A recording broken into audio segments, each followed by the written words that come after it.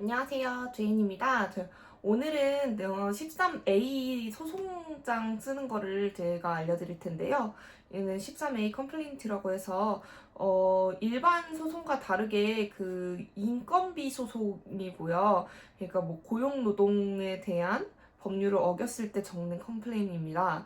근데 이제 보통 렌트 사기나 이제 각종 다른 사기들이 많은데 그것도 이제 적는 양식은 다 비슷비슷해요. 어쨌든 이게 누가 뭘 잘못했고 그래서 얼마를 안 줬고 뭐가 필요하고 난 뭐를 원한다 이렇게 적는 거기 때문에 제가 보여드리는 서류는 이제 저처럼 임금 체불이나 아니면 임금 문제로 고소를 하고 싶을 때 적는 서류고요. 다른 만약에 렌트 사기 같이 일반 민사 사건을 이제 신청하시는 분들은 한번 찾아보셔서 다른 서류를 작성을 해야 될 것 같아요. 네, 일단 저와 함께해서 한번 13A 지금 한번 작성해 보도록 하겠습니다. 네, 제가 이제 파일을 올려드릴 텐데요. 이제 보시면은 맨 처음에 써야 될 게 이제 코트 넘버가 적혀 있죠. 근데 이거는 저희가 이제 이 컴플레인트를 내면 그때 결제가 완료되면 발급이 되는 넘버이기 때문에 저희가 처음 작성할 때는 따로 안 넣어 주시면 되고요. 맨 처음에 이제 맨 앞에 이제 본인 이름을 적어 드리는데 이제 여권상 이름을 적으셔야 돼요. 이제 닉네임이 아니라 호주에서 쓰는 이름이 아니라 여권상 이름이랑 같이 적어 주시고요. 그다음 현재 집 주소. 근데 우편이 왔다 갔다 할 수 있기 때문에 우편 수령이 가능한 집 주소로 적어 주시면 좋습니다. 그리고 만약에 이사를 하거나 이런 경우에는 법원에 그냥 메일로 넣으시면은 자동으로 이제 변경이 되긴 해요. 그래도 이제 처음에 적는 주소는 좀 신중하게 우편이 왔다 갔다 할 수 있으니까 신중하게 적어주시면 좋을 것 같습니다. 그 다음 그 밑에 칸에는 이제 돈 줘야 되는 사람의 이름을 적으면 되는데요. 만약에 회사가 그 개인 사업자거나 아니면 진짜 그냥 개인이거나 하면은 그분 성함을 적으면 되는데 이 법인인 경우에는 성함을 적고 그 다음에 트레이딩 어스 그 다음에 무슨 컴퍼니 이렇게 적어야 돼요. 그렇기 때문에 얘 양식에 이렇게 써드렸는데 이분이 보통 뭐 예를 들면 뭐 마크 제이콥스예요. 근데 이 마크 제이콥스가 알고 보니까 풀네임이 아닐 수도 있잖아요. 그러기 때문에 이제 맨 뒷장 쪽에서 제가 이제 이 법인 넘버 같은 거 찾는 사이트에서 이 사람 풀네임을 찾을 수 있게 저희가 정리를 해놨는데요. 그쪽을 먼저 보시고 진행을 하면 좋을 것 같습니다. 일단 그분 이름이랑 이제 주소를 쓰면 되는데 그분이 이제 회사 개인 사업자거나 아니면 법인 사업자 같은 경우에는 회사 주소를 적는 게 좋습니다. 왜냐면은 우편이 왔다 갔다 해야 되는데 회사로 할 경우에 좀 수령 확률이 높을 거 아니에요. 아무래도 사장님이시면 막 어디 왔다 갔다 하실 수 있으니까. 그리고 이제 저희가 등기 우편을 보내야 하기 때문에 본인이 직접 수령해야 되는데 이게 회사로 가서 직원이 받으면 그것도 수령 완료 처리가 됩니다. 근데 그러기 때문에 웬만하면 그 본인 그 집 주소보다는 그러니까 피고인 집 주소보다는 회사로 하는 게 좋습니다. 네, 그 밑에 있는 칸은 제가 이제 번역해서 올려드렸는데요. 그 피고에게 첨부된 페이지들에게 기재된 사연을 근거로 기아를 상대로 소장을 제기됐음을 통지합니다. 이게 뭐냐면 저희가 어떤 내용 증명 같은 걸 지금 보내는 상황이잖아요. 그럼 그걸 받았을 때 피고인한테 써주는 메시지예요. 그래서 이거는 저희는 무시해주면 됩니다. 근데 뭐 어떻게 처리가 되는지 보고 싶으시면 한번 제가 번역해 놓은 내용을 읽어보시면 되고요. 그 다음 그 밑에는 이제 본인의 어떤 그 원고에 대한 내용들을 쓰는 건데요. 본인 이름 아까 말씀드렸던 대로 여권상 네임으로 풀네임으로 잘 적어주시고요. 그 다음에는 이제 미성년자, 그러니까 만 21세 미만인 경우에만 적으라고 돼 있는데 생년월일 적어주시면 되고 그 다음에 집 주소, 그 밑에는 위에 적은 주소와 다를 경우에만 법원 서류를 받을 주소를 적으세요. 만약에 내가 뭐 한 군데에서 오래 일하거나 뭐 집에 많이 없어서 나 또한 등기 우편을 못 받을 수 있잖아요. 그렇기 때문에 이 경우에는 내가 일을 꽤 오랫동안 하고 꾸준히 일하는 뭐 직장이 있으신다면 그 직장 주소를 적으면 좋을 것 같습니다. 그 다음에 이제 폰 넘버에는 호주 번호를 당연히 적어야겠죠. 한국 번호는 국제 전화가 안 되기 때문에 절대 안 된다고 합니다. 그리고 모바일이나 폰이랑 뭐 같이 뭐 저희는 집 주소 따로 없으니까 뭐 그렇게 같이 적어주시면 되고 그 다음에는 이메일 주소 적어주시면 되는데 이 이메일 주소는 저는 사실 그 호주 전용으로 따로 만들었어요. 일을 구할 때부터. 왜냐면 이제 한국어 이메일 제가 뭔가 하는 게 많아서 많이 왔다 갔다 하기 때문에 호주 전용 이메일을 만들어서 썼기 때문에 그거를 적어드렸고요. 이 법원 서류가 왔다 갔다 하는 게 굉장히 많고 까다로워요. 그래서 따로 이메일을 하나 파서 관리하면 좀 좋을 것 같습니다. 그 다음에는 이제 사장님 이름 적어주시면 되고 그 다음에 회사 이름 적어주시면 될 것 같아요. 그리고 저희가 쓰는 이 그 소송장이 그 스몰 클레임이라고 하는 그 1,000만 원, 한 하루 1,000원, 1,000만 원이고 호주 달러로 치면은 10,000달러가 되겠네요. 네, 10,000달러 미만의 소송인데 이 10,000달러 이상의 경우에는 이거를 쓰시면 안 되고 다른 서류가 또 따로 있으실 거예요. 이거는 10,000달러 미만이기 때문에 변호사를 고용하지 않는 소송입니다. 그래서 지금 보이는 이 화면은 그냥 간단하게 넘겨주시면 되고요. 네, 그 다음 세 가지가 나오게 되는데요. 이게 이제 법인 사업자인지 아니면 개인이 운영하는 사업자인지 그리고 이제 아주 개인인지 이렇게 세 가지 분류로 나뉘어져 있네요. 그래서 돈 줘야 되는 사람 이름을 쓰면 되고 저는 개인 사업자이기 때문에 중간에다가 체크를 했습니다. 그 다음에 회사 이름과 또 사업자 번호 이렇게 블라블라 적어주시면 되고요. 회사 주소랑 이메일 이렇게 똑같이 적어주시면 됩니다. 만약에 돈을 이제 줘야 되는 사람, 그러니까 피고인의 이메일을 모르신다면 조금 적기 어렵게 되실 거예요. 그래서 이제 구인 공고 보통 이메일로 주고받잖아요. 그때 참고했던 이메일 적어주시면 될 것 같습니다. 그리고 여기에 주의사항이 하나 떠 있는데요. 회사 고소할 거면은 구글 맵에 있는 주소를 적지 말고 ASIC에 등록된 공식 주소를 적어라 라고 돼 있어요. 이 ASIC 같은 경우에는 제가 뒷부분에 또 어떻게 발급받는지 넣어놨으니까 참고해 주시면 될 것 같습니다. 그리고 저도 이 부분을 제대로 읽지 않고 이행을 했다가 우체국에 이제 우편을 보냈는데 그 사람이 사업자 등록증에 등록해 놓은 주소랑 실제 사업장이 있는 주소가 약간 달랐어요. 그 유닛 같은 게 좀 달랐는데 그래서 우편이 제대로 가지 않아서 좀 문제가 됐던 경우는 있어가지고 이 부분 잘 체크해 주시면 좋을 것 같습니다.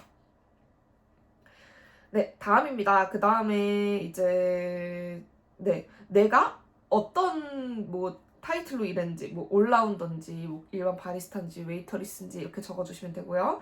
그 다음에 일 시작했던 고용됐던 일 시작일이랑 그 다음에 아직도 피고인에게 고용되어 있나요? 라고 물어보고 있으니 여기 NO를 체크해 주시면 되시고 만약에 내가 아직도 직장에 다니고 있으면 YES를 체크해 주시면 될 것 같습니다. 그 다음에는 이제 퇴사일 적게 돼 있고요.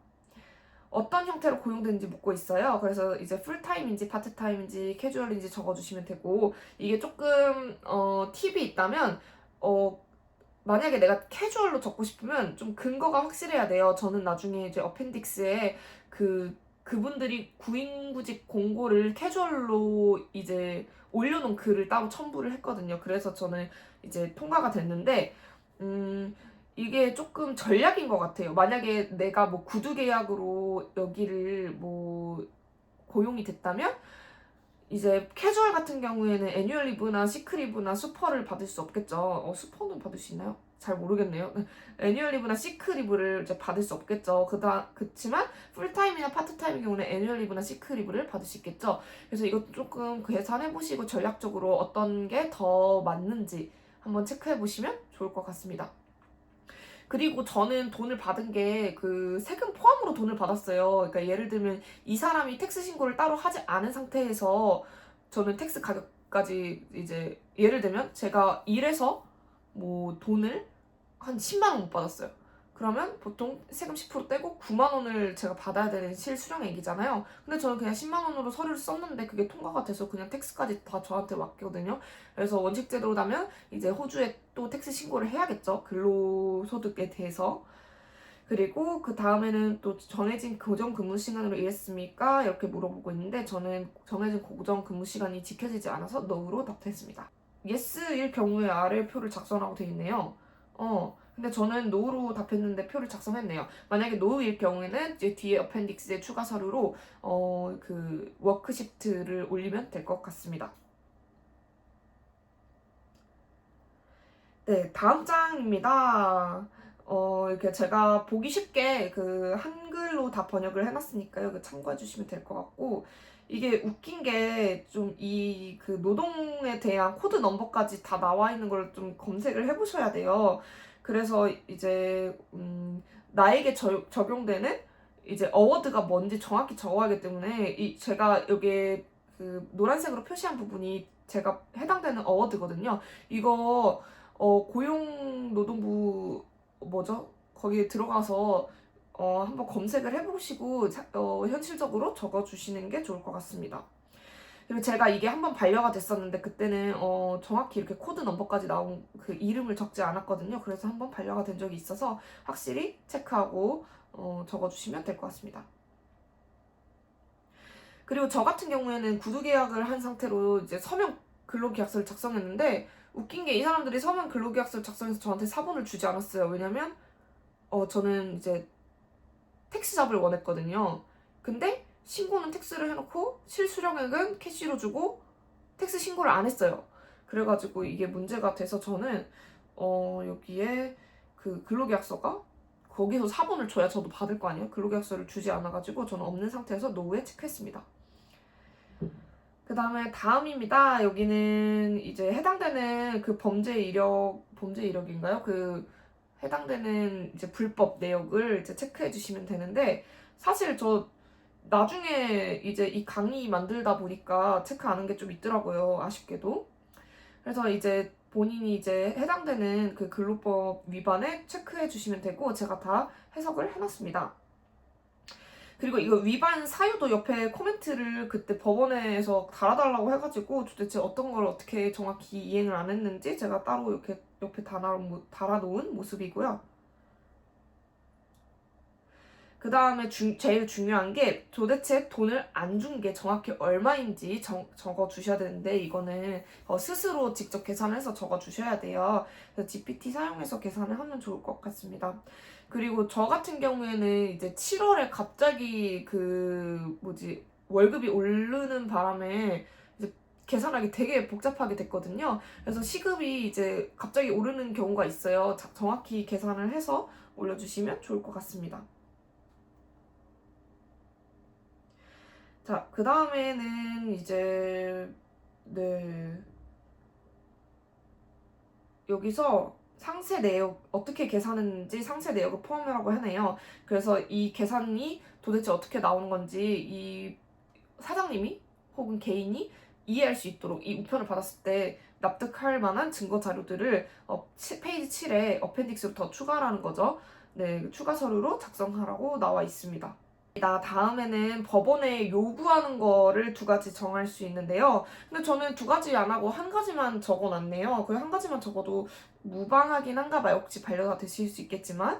저는 위반으로 인해 내 돈 줘라 이걸만 체크를 해놨는데 벌금 또는 제재금을 부과할 수도 있고 그 다음에 다른 명령을 내려달라고 요구할 수도 있겠네요. 저는 사실 그 사람에게 체불 임금만 달라고 명령을 요청을 해놨습니다. 그러면 저는 좀 억울하게 됐죠. 이 사람이 벌금까지 냈어야 되는데 저한테 돈만 줬으니까요. 그래서 벌금을 때리고 싶으시면 이렇게 첫 번째, 두 번째 이렇게 해가지고 내면 좋을 것 같습니다. 네, 그 다음을 보시면 이제 그냥 동의서 같은 거네요. 네, 여기 제가 한국어로 그 번역을 달아놓을 테니까 보고 체크해 주시면 될 것 같고, 저를 따라서 저랑 똑같이 체크해 주셔도 될 것 같습니다. 네, 그 다음에 이제 사인을 하시고 거기에 이름을 써가지고 드리면 되는 거고요. 네, 추가로 꼭 넣어야 되는 파일에 제가 ASIC extract를 넣어놨는데요. 이게 아마 한 10,000원, 20,000원 들 거예요. 서류를 발급하는 건데, 내가 만약에 윌이라는 사람을 이제 고소를 하는데, 그 사람이 이 사업체 주가 맞냐, 아니면 혹시 바지 사장일 수도 있잖아요? 그래가지고 이렇게 적어놨습니다. 여기에 그 로그인을 하시려면 회원가입을 해야겠고요. 회원가입을 하셔야겠죠. 회원가입을 해서 로그인을 한 다음에 add to cart에 그 사람 여기 보시면은 그 서치에다가 비즈니스 네임으로 해서 근무하신 회사 이름 넣으시고 검색을 한 다음에 add to cart 넣어서 결제하고 출력하시면 됩니다. 이거는 그냥 그 서류 작성하실 때 정확한 사업자 번호랑 그 정확한 그 사람 풀네임 쓰는데 이제 참고하시고 서류를 같이 어펜딕스에 넣어서 법원에 제출하시면 됩니다. 그 다음에는 제가 이제 도대체 이게 어떻게 계산이 나온 건지 제가 이제 적어놨고요. 그 다음에는 또 그 다음 칸에는 그 제가 워크시트 그러니까 정확히 어떤 날에 몇 분 동안 어떤 파트로 일했는지 그리고 어떻게 페이드가 됐고 어떤 게 페이가 안 됐는지 적어놓은 거고요. 그 다음에는 제가 GPT 캡처본으로 올려놨는데 그래서 이게 토탈적으로 얼마를 안 줬는지 계산한 결과입니다. 그 다음에는 이 사람이 저한테 이제 저를 블락했어요. 그러니까 내가 돈 달라고 이번 주 일요일까지 주지 않으면 월요일부터 출근을 못 하겠다고 나중에 조금 협박 아닌 협박을 했는데 너 나 협박했어? 너 때문에 우리 회사 안 돌아가고 있으니까 너 나 변호사 써서 이거에 대해서 너한테 뭔가 징계를 내릴 거야. 이렇게 저한테 또 협박 문자가 왔어요. 그러고 나서 저를 블락했거든요. 그래가지고 이것도 같이 넣어드렸고 제가 이 사람이 어떻게 저를 약간 불안하게 만들었는지 제가 번역을 따로 올려놨습니다. 그 다음에는 제가 왓츠앱으로 대화를 통해서 이 사람이랑 제가 실제로 근무했다는 기록을 남겨놨는데 이게 꼭 필요해요. 그래서 매니저님이랑 뭐 근무했던 기록 넣어주시면 좋을 것 같아요. 예를 들면 제인 너 몇 시에 도착해? 뭐 오늘 오면 뭐 해줄래? 이런 대화들 같이 넣어주시면 좋을 것 같습니다. 그리고 저는 이 사람이 돈을 준다 했는데 안 준 것까지 다 해서 넣었고요. 그리고 맨 마지막에는 제가 캐주얼로 일했다는 증거 자료를 이렇게 캡처해서 올려놨습니다.